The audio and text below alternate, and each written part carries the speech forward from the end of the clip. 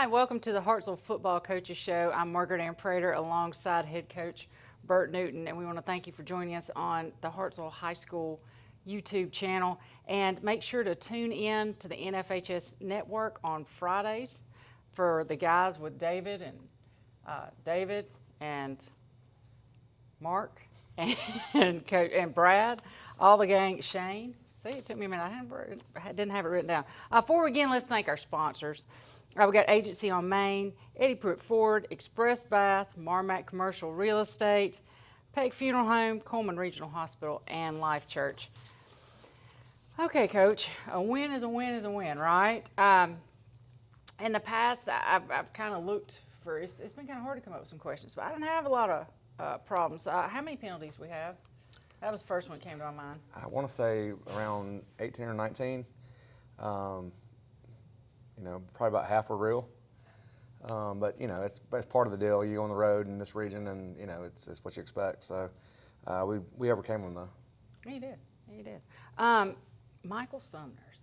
Let's talk about Sumners. I have him in class. It's my second year to have him in class. Can you explain how awesome it is? Because he has a great personality. He has the perfect personality for a kicker. Just a smile on his face. He was not fazed. He had to kick it make it four times to win the game. So how great is it to have some guy like him kicking for you? It was awesome. Big moment for him. I mean, really a growth moment too as well. We practice into the game every Monday and Tuesday. There's always a field goal situation where he's got to come in quick and kick it, or he's got to come in late and we ice him, or the whole 9 yards, and all that stuff came into play. They iced him twice. They jumped off once. We jumped off Phantom once. Jumped off for real once. So it ended up, but every time we always work, hey, no matter what, Eli King, you snap it, holder, you hold it, kicker, you kick it, and just practice. And so he got, I think, 4 practice shots before he hit the game winner there. I think the big thing too with Michael, like the growth side, is he missed one that he should have made in the third quarter, and we centered the ball on third down and let the time go down to 3.1 seconds, I believe, and knowing that he was going to make it, and he did. So I'm super proud for Michael. That's awesome. I love to ask the players during the week because I have a lot of players in my class, and I'll just, what's going on with this opponent, or what do you think? And I kind of like to listen to see, what your game plan is kind of like, and you can kind of see how they're going to play, or how much they're actually listening to what you guys are telling them, that kind of stuff. Every single player last week said, Miss Prater, don't pay attention to Cullman's record. They are for real. Yep. Were they right? They were really good in the box. I was talking with their coach. I said, Coach Stiff, I said, man, y'all are so much better from week one. I went and watched them play Bob Jones. It was in Madison, but the way that the intensity that those guys are playing with, and they're going to upset somebody down the road. I'm not sure it's going to be, but they're going to be a playoff team, and they're good. They were very solid. I walk back and forth on the sideline, posting during the game. Sometimes I'm doing the broadcast, but I kind of like to listen in and see what's going on and observe. And I wanted you to talk about the way that you guys coached, or you saw your assistants coaching up the players, and everyone was calm and everyone was so detail oriented all through the game. No matter how many flags were, it was just so impressive in my eyes. Nobody was getting, kind of crazy emotional. They were just, and I watched these position coaches coaching up each kid and having them ready to go. How important is that? Well, I think coaches in general get a bad rap as far as, well, he's just an old ball coach or whatever. He does, driver's ed or PE or whatever it is. But those guys that we have are incredible teachers. And so you see in those moments where you can teach, those guys are teaching. It doesn't look like it does in the ACT room and all that kind of stuff, but they're teaching. And if you look in our film room or any of these places where our guys teach, they're teaching kids, and they're good at it. So, and our kids are great at taking good teaching / coaching, and it definitely showed up the other night. Nobody panicked. Nobody was. Even inside I was panicking a little bit, but last 6 minutes of the game, Hartselle kids do what Hartselle kids do, and that's play championship football. And so, really proud of our guys and our coaches especially. So it was a big night. Big night. Eddie Pruitt Ford player of the game. We got Jameson Falciani. Mm-hmm. He's a repeater. So it's hard to, I always tell the kids, I said, look, this isn't a participation award. the player of the week is going to be the player of the week. The captains are going to be the captains. The guys that get to come and do this media stuff with you, or the luncheon, whatever it is. I'd love to spread all that stuff around, but we're going to go with the guys that played the best. And I think Jameson had 16 tackles, And an interception, yeah. and also makes all the calls. And so definitely deserving player of the week against Cullman. So great job by him. And then also, I want to get your opinion or your take on our 2 linebacker guys that came in here. We had Noah Gibson, because I still remember that story of him memorizing our offensive's playbook and was calling out at practice when y'all were scrimmaging. And Jay Lee, I hear his name over and over. He was our game day guy on our game day graphic last week. So talk about those guys and their impact. They're both so fun to coach. They're great kids. They're great in the weight room. I think Jay Lee's kind of our hammer. He's the guy that'll knock your head off.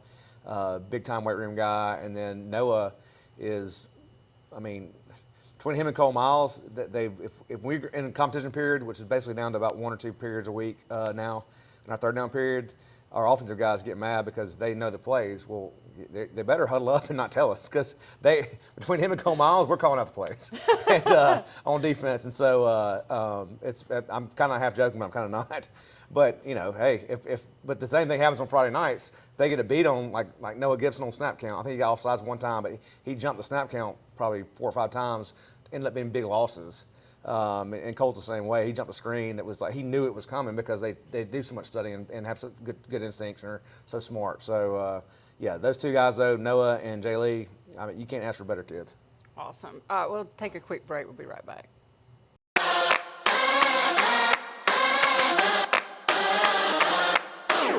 Come see us at Eddie Pruitt Ford. We're a proud supporter of Hartselle Athletics.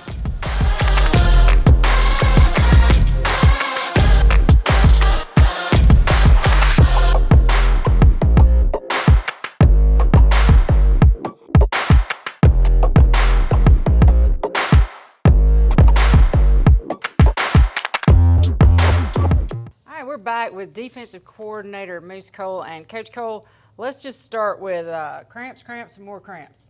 You buying stock in pickle juice, was this because of the fact that they were on the field a very long time? Or was this just, they actually had to play 4 quarters? What was going on? I think that was part of it. We couldn't get off the field, number one. Tribute to Cullman and their offense. But I think, too, having to play, more snaps, just playing more of the game. As opposed to the previous several weeks, I think that probably had something to do with it too. Well, and going back to you were talking about Cullman, I think their game plan was really, that was great. They were going to keep you guys on the field as long as they could. So how important was it to have this many guys in rotation? Because, we've talked about it in former shows about having a lot of guys. Very extremely important, and that's why you do that for, build your depth, even with 9th grade games, JV games. And this year, being able to play that many guys, feeling comfortable with guys that can play on Fridays has been beneficial in practice and all that, and it was beneficial of not having that many guys that can go in and play and play well. Well, and I want to talk about pass defense. I noticed that you guys held Cullman, their quarterback, to 42 yards of offensive yards. 5 out of 17. He had 1 interception. Just took me a minute to get all my thoughts together. Only 1 other team have you held to that many passing yards or less, and that was Columbia. Right. So, your pass defense was excellent. So what went into that? And those guys back on the back end, they do a great job of not allowing shots, and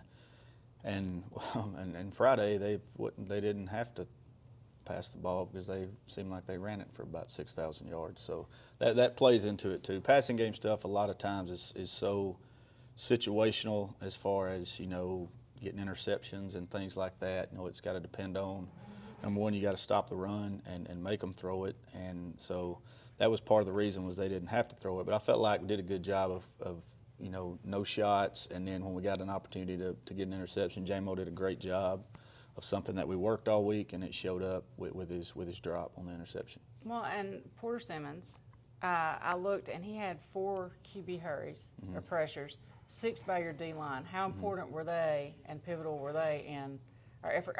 We held them to 7 points. I know it seemed like it was a lot, but it wasn't. Right. And that's kind of the situational thing I was talking about with the pass defense. There's so much more that goes into it than, you know, are you pressuring the quarterback? Are you, you know, is the coverage disguised? Or so much of it goes into it, and hurrying the quarterback has a lot to do with it. I mean, if you know, we talk about not have to be a sack for it to be effective, but, you know, pushing him off his spot or making him throw one wild or something. So pressures are a big part of it. Well, and today's guests were our player of the game. We had Jamison Falciani, and we brought in a couple of linebackers that we wanted to talk to. You had Noah Gibson and Jay Lee Metz. So what can you say about this crew? How versatile are they? How fun are they to coach? What about their effort on the field? Extremely versatile, and they just do. Those guys you just mentioned just do. You know, Jay Lee and Noah's up here. You know, they do everything right. And you nailed it with the cerebral and all that, and you know that's what those guys do, and done a good job too of, I think, coaching up the junior linebackers and bringing them along, and they've come on. I think they were mentioned by J-Mo or the linebackers earlier, as you know, Austin and Blaine coming on, and part of that's those guys they've got in front of them. Number one, you know, coaching them up, not being selfish, and it's a fun group to coach for sure.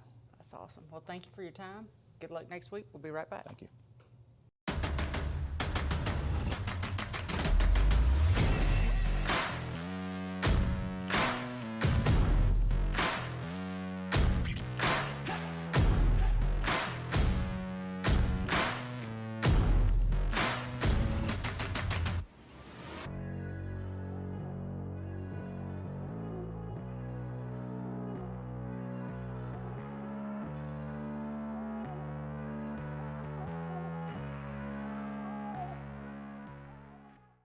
All right, welcome back. We're here with offensive coordinator Coach Will Lang, associate head coach too. See, I always forget that. Yeah. I know I'm letting you down. But you know, you and I talked a little bit off camera. I mean, holy cow! Well, let's just start off with the penalties. I thought about wearing yellow, but I didn't want to scare y'all to death. Okay, let's talk about that. Some were great, some were not. How can you assess just that part of the performance? Well, I mean, bottom line is whether you agree with the calls or don't, some were self-inflicted and were 100% our issue, some of them not. Whether you agree with it or not, we got to handle it better. And that's right. that. We talked about it all week, but, you know, I thought about it like this group hasn't, when we went down to Cullman and played, it's been pretty evenly called over the past couple of years. And Muscle Shoals has been the same way. The places where you think you might get some home cooking, we really haven't played in a game like that. And at the end of the day, there were some calls that I don't agree with. There were some calls that were 100% correct. Bottom line is we got to handle our business better and we got to execute better. And some of that is fixed with that. Some of the penalties, we had a run in the first half that Jaden Morris may score on, about an 80-yard touchdown that was a false start that I haven't seen anybody move. So it's like all of those penalties that happened seemed to happen at the worst time. Like it was finally going to be an explosive piece or something like that, and a penalty not. We had a pancake block that was called as holding. That was a 15, 20-yard run as well that kind of sparked us. And so it was just the first half especially, it just we couldn't get out of our own way for one reason or the other. But bottom line, we got to handle it better. Right. You know, you share your stats with me, and I sure do appreciate that. Our score was kind of low, but you have benchmarks and goals that you have for all your stats. Right. When I looked at them, they weren't that bad. No, they weren't. Other than the score itself, and then let's talk about this other one, your third down conversion or Yes. red zone. Yes. We had a little trouble there. Yes, we did. So what are we going to do to implement the changes to kind of? So that third down number ties in with first downs. If you look at the first down numbers for most of the night, we were first and long. Like there was a couple drives where we started 1st and 15. Like the first drive of the game, we get a false start, which again I don't think it was a call, but regardless, it happened, and we were 1st and 15. Well, we ended up the first real play we picked up 4 yards, and then the second play we picked up 6 yards. So if we don't get the false start, whether we agree with it or not, then that's a first down. And so our first down, it wasn't so much third downs that were the issue. It was we were in 3rd and long because first downs were an issue. Gotcha. And so, we got to be better on first downs. And again, credit to them. They played really well. So it was a lot of what they did as well. That's what I have as my next question. We talked about Cullman's defense. They played really well. They stopped a lot of the things that you guys had lined up. But over the season, we haven't seen a lot of breakout plays, a lot of big explosive plays. Is that because of the play selection that you guys love to be just methodical, or have we just not quite had the right sauce yet? No. So as far as the Cullman game, you can look at the records, and I think people were kind of guilty of looking at records, but Coach Prater, myself, and the whole offensive staff said, if you watch the last 3 games that they played in the box, they were the most physical team. In my opinion, up to this point, they're almost by far the most physical team that we've played in the box. They're good in the box, and they're old. When we had some people go down, we started playing with some freshmen, and they were all seniors in the box, so they were strong. And that's what we were afraid of moving in or going into it was because of the last couple of weeks, we were afraid we might be a little shocked at the physicality in the box. And we didn't play good out wide either, so we just didn't have a good mix the other night. As far as the season goes, I think some of that has to do with, we've had good field position all year long, so those explosive plays may be 20 yards, but, we're starting on the plus side of the field for prior to this game, for most of the year, that's kind of been the case. So we've been a little more explosive than probably what the numbers show, just because we've been on that side of the field. Okay. And one more question, you're off the hook. We looked at, we talked that we had some errors, things like that, and it was totally fixable. So let's put on our coaching hat. Tell me what you're walking through this week. So, because you got challenge after challenge after challenge coming in October. This is not the time to beat them down, to build them back up, right? So how do we go about doing that while still growing? Well, we go back to the Cullman game. At half, we didn't go in and just rip them. We weren't executing, we literally said, hey, no different plays are going to be called in the second half. We just have to go out there and execute. We told you it was going to be physical. It's physical. We told you these are the plays that are going to hit. These are the plays. They don't give up big plays. You're not going to get behind them in the passing game. You're going to have to throw it underneath. And we just happened, I guess it just had to happen in the first half for them to believe us. And we did. We kept fighting. As ugly as it was at times, we kept fighting, and we figured it out in the end. And so we're just going to go back to, hey, we got to execute the little things right. And when we execute the little things, then we're pretty good, right? But, I don't think it's hit panic button time by any stretch of the imagination. But it's sometimes you just play games that, get you refocused on what really matters. And that's what we'll do. We just refocus on the little things, and I think we'll be fine. They call that a struggle win, right? Well, it's better to struggle and win than struggle and lose. So, I'll take it that way. That sounds great. I appreciate your time. We'll be right back. Thank you. This is Shane Odom with Marmac Commercial Real Estate. We approach real estate with our 3I approach: integrity, intelligence, and innovation. To be your full-service real estate company that can handle all your real estate needs, from commercial, such as warehouse, retail, apartments, to land, farms, residential developments, along with houses, such as investment homes or your dream home. Marmac Commercial Real Estate has over 15 years experience providing award-winning full-service real estate experience. One team, endless possibilities. Marmac Commercial Real Estate. All right, we're here with our Eddie Pruitt Forward Player of the Week. We got Jamison Falciani, and I learned it's not Falciani, it's Falciani. So let's follow suit, people. Okay, and sorry, we apologize for calling you the wrong last name for a very long time. I've heard a lot for a long time. Well, I just thought I was doing good. Yeah, somebody's called you all sorts of different. Fettuccine, Falciani, they just kind of go with it. a bunch of stuff. Let's start off with, I told Noah Lee last week, I've been doing this show, this is my 5th season. I'd only had one repeat player of the week up until Noah repeated. Now you're repeating. So, but I looked at your stats. You had 16 tackles. You had an interception. So you're totally deserving Eddie Pruitt Forward Player of the Week. So what's your take on the game?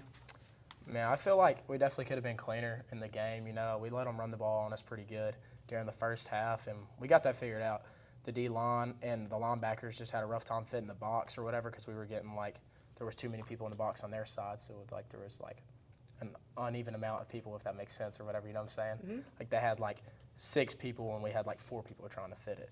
So there's always 2 extra people getting to me or getting to whoever the open guy is. But once we figured that out, we started calling pinch, and the D-line would pinch in and they couldn't run through the middle anymore. So we fixed that and figured out on defense in the second half. And I feel like we did a pretty good job besides that, though.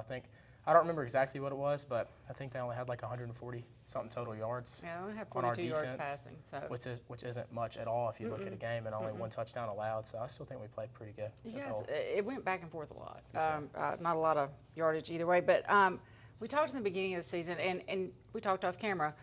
Last year, you hurt your ankle at the end. You're trying to make sure it was healthy. So what are you doing to kind of maintain? Because I see lots of guys in boots. We don't want to see you in a boot. So what are you doing? So, I mean, which a lot of those guys do as well. Like, they do it too now. But, like, I tape both my ankles before every practice. Doesn't matter if it's walkthrough on Thursday, Wednesday morning, anything. I tape them before every practice, every game or whatever. And then also, like, ice bath at home, Epsom salt bath at home to make sure my body's fully recovered and stuff like that. You got one of those tubs? Well, I just do it in my bath, you know. Oh, I just, wow. I'll You go load buy all the ice ice? at the store and put it in the tub at my house. Okay. Yes, ma'am. We know that you're not here just because, you know, it takes 11 guys, right? Yes, ma'am. So who's helping you get better every day? Well, I mean, they're standing over there right now. So Jay Lee and, well, Justin Metz, Noah Gibson, Blaine Johnson, Austin Payne, all the other linebackers that rotate at the Sam and Will position, if they didn't do their job, like, let's say if they didn't spill the guy or the sniffer or the offensive lineman, whoever it is, if they didn't fit their gap or spill the guy, then the running back would have multiple lanes to cut through, and I wouldn't be able to go from, let's say, C gap on this side to B gap on the back side. I can't make that tackle. And then it's kind of like, I don't know, it's a relationship between us because, like, let's say I fit outside and the running back cuts back inside, then they'll make the tackle. So, like, we keep each other, like, on top of our stuff. And then also the D-line, obviously, like Porter, if he seals the edge right there, it's like I know he's got it on that side, so I can go take this side or something. Or TJ, if he's putting a pressure on the quarterback, I know I can step up in the gap and make the tackle there as well. They did really well against Cullman. Yes, ma'am. They had a good game. They did. Who is the guy, because now we're 6 games in, that's the most improved so far? Honestly, I don't know. So, like, I feel like, which I could always count on, like, who I said, Jay Lee and Noah Gibson, but I feel like Blaine Johnson and Austin Payne are starting to step it up pretty good because they're younger and less experienced, but they're 6 games in, like you said, they're starting to be more experienced and playing at a higher level and helping the team out a lot. All right, we got rapid fire. Because this is your second time, no players, coaches edition only. All right, here we go. Weight room dog. For the coaches, Coach Holly. All right, worst music taste. Oh, Who you're not gonna get in the car with them because you cannot deal with their music. you know, I don't know. Let's see. Let's do. I think Coach Harden has pretty good music taste. Let's go. Just because Coach Prater. Let's see what he thinks about that. Let's say Coach Prater. You don't like gangster rap because he listens to that. He listens to gangster rap. Yeah. Oh, yeah. I don't like that gangster rap stuff. Okay, I like it. Anyway, best motivator. Best motivator. I'm gonna go for me, Porter, because like me and Porter have been holding He's gotta each be a other coach. accountable. It's got to be a coach. Oh crap. Coach Holly. Okay. If your car breaks down, who's coming to get you? Which coach you calling? Coach Newton, probably. Coach Okay. Newton. And then we're not doing a date question, but who's going to take the most time getting their look together for game day? Coach Lang. We got 2 offensive guys. All right. Coach Lang. Thanks for your time. We'll be right back. Looking to remodel your home bathroom? Call Express Bath today. They were good people to work with. I had no trouble with them. We always take care of everybody, no matter how big and small. The team at Express Bath, we do what we say we're going to do. The highlight was seeing a new shower in a 60-year-old house. It was a great experience. We're a real company, we're real people, and we love serving real customers. Call us to schedule an appointment today. Express Bath. We'll bring the duck. Alabama owned and Alabama loved. And we're back. I've got 2 linebackers here with us. We got Noah Gibson and Jaylee Metz. And guys, I just got a couple of questions. And if you know, I teach here, and I've got some football players, so they help me out with a couple of these. All right, so they said that you were known as the cerebral guy on the team, and that you're known as the weight room guy. Is that true? I would say that's true. I'd like to think so. You know, Okay. 2 halves of a whole. Okay, and you play a game that hits your head. Let's just okay. Thick skull. Okay. And let's start with Noah. I've heard you're almost kind of Peyton Manning-like with your film study and your analytics, and he's one of my favorite people. So, quick take, what do we expect from Athens next week? Oh, they're going to look a lot like Cullman, I think. You know, if I were them, I'd try to run the rock. But, you know, we just do what we do. We focus on what we got to do, and we'll win. I mean, Okay. play our game plan, do what we do. Okay. No yellow flags, right? Hopefully not. We're winning with those. Okay. Jaylee, we don't have weight room stuff in here, so I'm going to ask you a different question. Linebackers have to communicate with each other. You kind of got to have that sixth sense and know what's going on. Who's the guy out of this group that's keeping everybody in line and making sure everybody's where they're supposed to be? Who's the kind of captain on the field? When we're out there, J-Mo is really the one who coordinates all the calls, and he's the one telling everyone where to go and what to do. So I would say J-Mo. All right, so J-Mo is Jamison Falciani. Learned that today. Okay. You guys both answer this one. Who on defense are we not talking about? Who do you want to see on the coach's show that's just killing it out there and we're not giving them enough credit? Hayden Gray, easy. I would also say Hayden or Tyler. Yes, that's a Tyler good one. Mullen. Okay. Yeah. That's a defensive lineman and a linebacker. Yes. Right. Okay. All right, and then of course, you guys get to do the weight room dog, all that stuff too. Okay. But let me ask one more question from you. Who is helping you get better every day? Who are you looking at that's going to help you get better? I mean, there's like on-field motivation-wise, I think Jay Lee helps a lot with that. And then as far as like a technical aspect, Coach Hawley does a great job.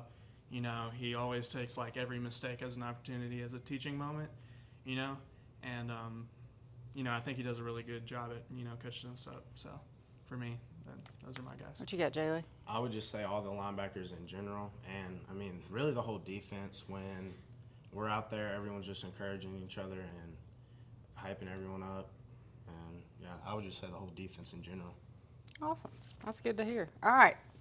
This is rapid fire. Weight room dog. Who's our weight room guy?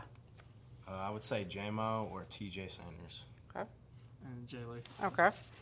Worst music taste. Who are we throwing under the bus? We kind of got to run in total. I'll let you know if you name him. I say Saban. I disagree. I got to go. I'm going to go Jay Lee. Jay Lee's worst. I've seen his playlist. Saban's winning. Best motivator. Let's do weight room motivator. Who's screaming at you in the weight room?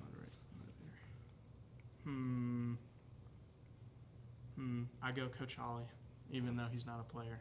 Okay. He's yelling. TJ and Coach Hawley, of course, he's yelling a lot. Okay. Who's coming to get you when your car breaks down? Or you get a flat tire? Not Saban. Probably Jay Lee. I would say you too, or J-Mo. J-Mo would come if I called him. All right. Who are we letting date our sister on the team? Who would you trust? Probably TJ. Okay. I'd say nobody. Okay, we've had 3 votes cast for actual players.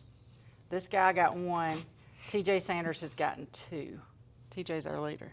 All right, you guys did great. So easy peasy. We'll be right back.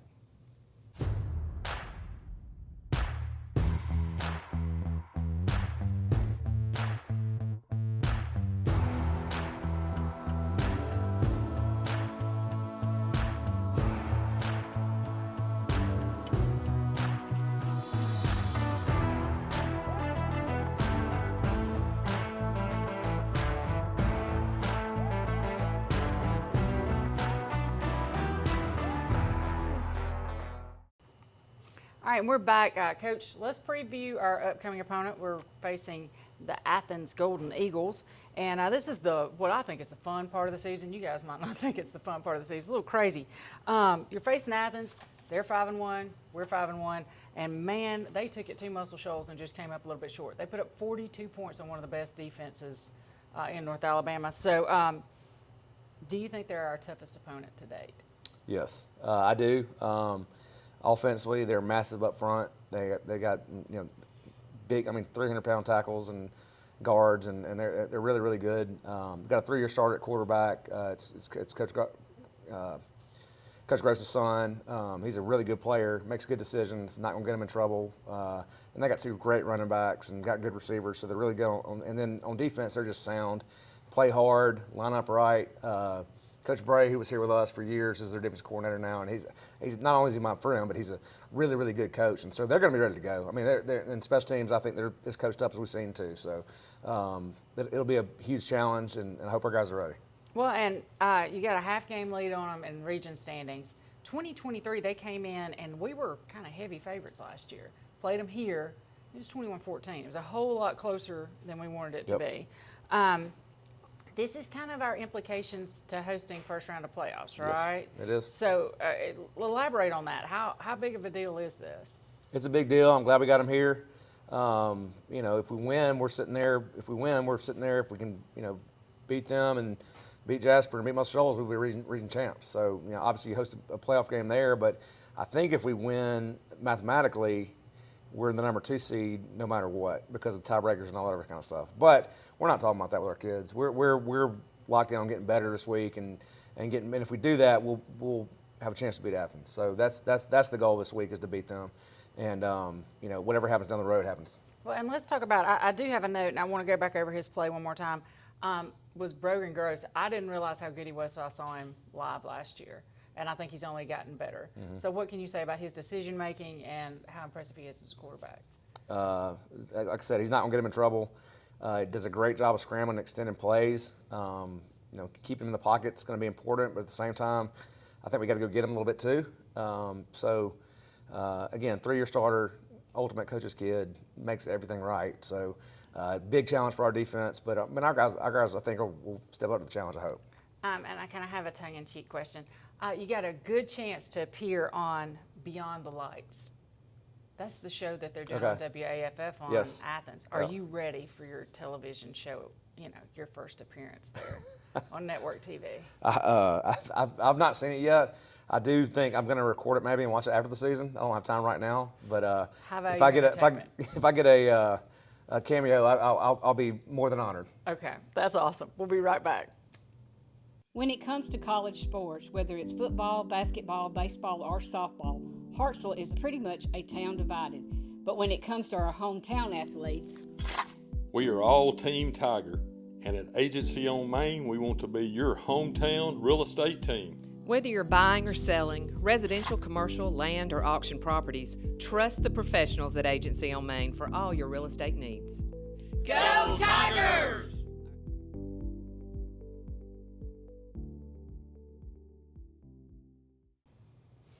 All right, we're back.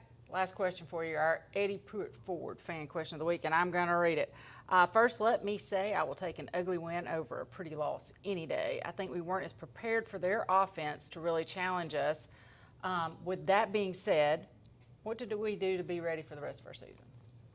I think we have to continue being really physical in the box and understanding that, you know, good offenses like we played last week and like we're going to play this week they're going to get some first downs and they're going to drive it. We got to find a way to get stops, and we did that in the end. And you know, still, I mean, you look at that game and everyone's like, well, they moved it on y'all. It's like, well, they're good. So, but we gave it 7 points. So that's in today's modern offenses. Giving up 7 points is a win to me. Right. If we give up 7 points every week, I'll take it right now. Sign me up. I'm good for the rest of the season. Because I think we'll win if we do, because our offense is going to score more than that. So, you know, it wasn't perfect, but, you know, the kids had 100% absolute buy-in, coaches the same thing. And so, you know, you're on the road with everything that went with that, and they still found a way. So, really proud of our guys. And so, you know, just keep chipping away. And, you know, this morning we didn't talk about Athens. We talked about blow delivery and getting off blocks and being violent with our hands and releasing the right way and all that kind of stuff. And our coach is going to do the same thing throughout the week is let's work on us and get better, let us get better, and the rest of it, points and scores and all that and wins and losses, that'll take care of itself. Absolutely. All right, thank you. We'll be right back. Okay, let's try again. All right, this is This Week in Hartselle High Athletics. Next Wednesday and Thursday, the 9th and 10th, we have no events, but the 11th we're going to kick it up with our game here hosting Athens. On Saturday, cross country is going to Madison and Palmer Park. On Monday, we have 9th and JV football at Athens, and we don't have any volleyball right then because the following week is when their area tournament is. That's this week in Hartselle High Athletics.